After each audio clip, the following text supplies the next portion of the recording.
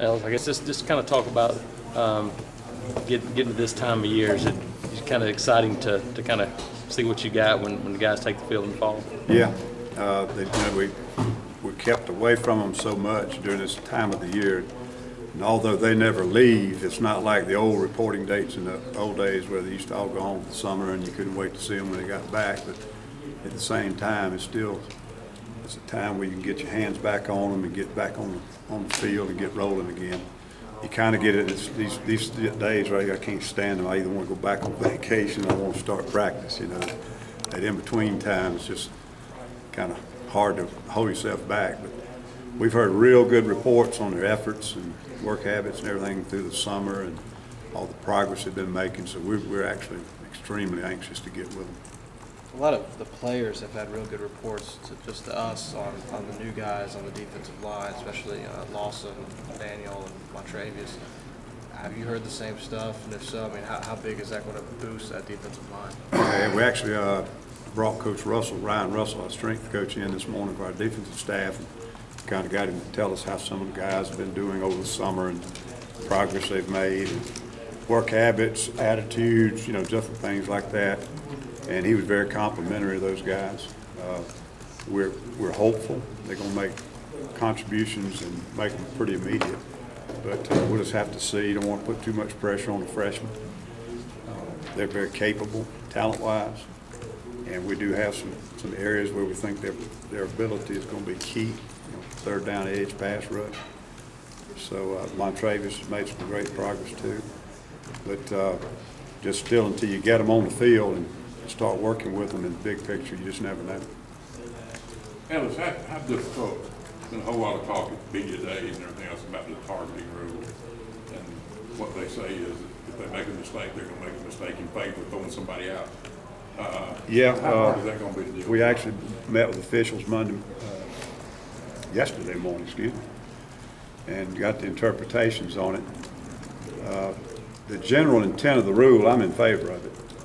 But my biggest fear is that if they keep bringing us down lower and lower, I think you're going to see knee injuries on offensive players and neck injuries on defensive players. The one thing I hope that it will stop is guys leaving their feet, launching, if you will, and going obviously to the head. But it's going to be, the examples they showed us on film in the referee session the other day. A lot of times when the ball carrier or the defender, whomever is getting ready, to be in the collision, they will naturally drop their hips or they drop their shoulders for the collisioning, and that brings the head down. And so a lot of these things are not intentional. And for that reason, I think it's like a lot of rules. Sometimes unintended consequences are brought along, and we are concerned about it because I think it could affect both sides of the ball, probably a little bit more on defense. But there's some blocks, by downfield offensive players, and there's some blocks in the kicking game that were on those clips. And it was pretty obvious that the intent was not to hurt anybody or to launch toward the head. And it was still called because the collision was head-to-head.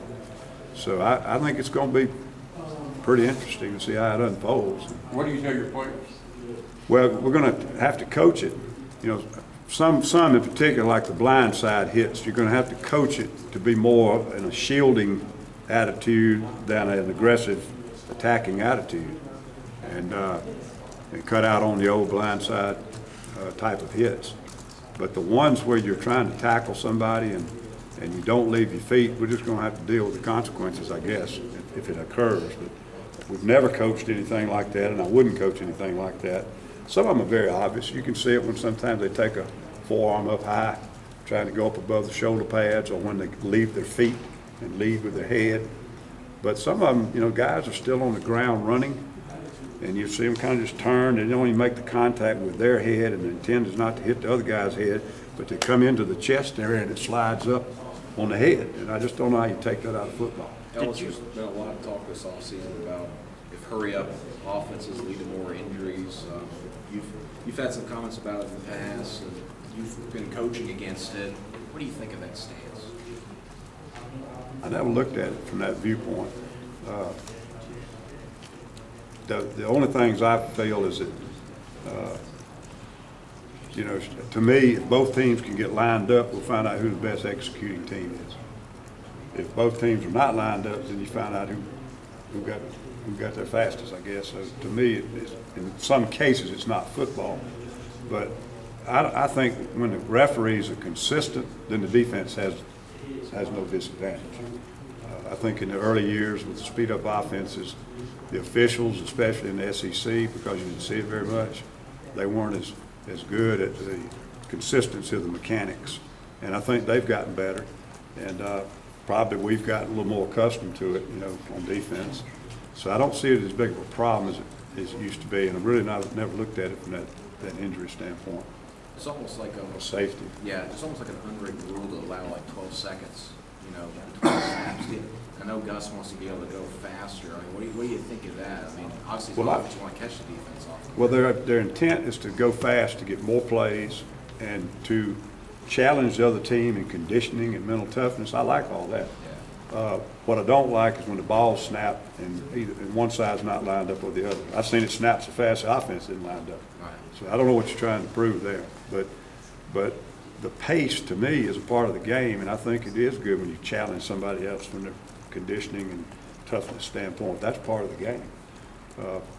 So, you know, I don't know. I guess in an ideal world, I'd want a minimum 5 seconds, 3 seconds, whatever. When that ball's put on the ground, you will not snap it for 5 seconds. And if you can't get lined up by the end, it's tough. You know, you can't get lined up. Going back to the targeting rule, did you see the Clowney hit against Michigan this offseason? Mm-hmm. Two prominent figures, the ACC coordinator officials and Mike Pierre said this week that hit would have been cause for rejection under the new rule. See, and that's one of them I'm talking about. And of course, I hadn't looked at it probably a month or two, but there was no intent to go to someone's head. There was no intent to try to cause injury. And I think when they start taking it to the point that they're having to interpret it, then I just, you know, we're getting on, it's going to be a slippery slope, I think. Does that bother you that hit, which by a lot of people has been kind of lauded as a textbook tackle, a great example of how to tackle, could now be cause for ejection? Yep. And had he come, you know, on a quarterback and you know, hit him or stuck him in with his hat or something of that nature, where it's something you obviously could not have helped. I mean, you obviously could have avoided, but what he did to me, I mean, this is a guy, but he was stunning on that thing. That was a corner blitz with him running a slant stunt, and somebody turned him loose. And he hits a guy out a yard in the backfield. Within that much time, there's no ability for him to change his body. He can't get lower. You know, I don't see how that could be called. And, you know, I don't know. It is a concern. Our whole staff was concerned about it, but you know, the referee is not the rules maker. They just deliver the message. Like he said, every rule put in the book is voted on by coaches. With the punishment being so severe, you talked about in the spring, that you're talking about ejections now for this. Do you see it as possible that, all right, you have a Clowney, but we'll put it to this team, to this defense, a Garrett or a Ford, that an offensive player would deliberately put themselves in the way to try and get one of the defenders ejected? I don't think that's going to happen. What's going to happen is, with the speed of these guys and some of the things they're doing, I mean, they cannot control their body at certain times to move it 6 inches down or 6 inches over, et cetera. And to me, it's pretty obvious, and they got all these replay abilities, and every game we play is on TV. Well, that's part of the reason all this is coming about, the celebrations and all these other things, because they're on a microscope and national TV every week. But to me, you can tell when someone is trying to go to the head or not. You can almost, you see them sometime in the DBs, they leave their feet, you know, when a guy coming across on a crossing route or something of that nature.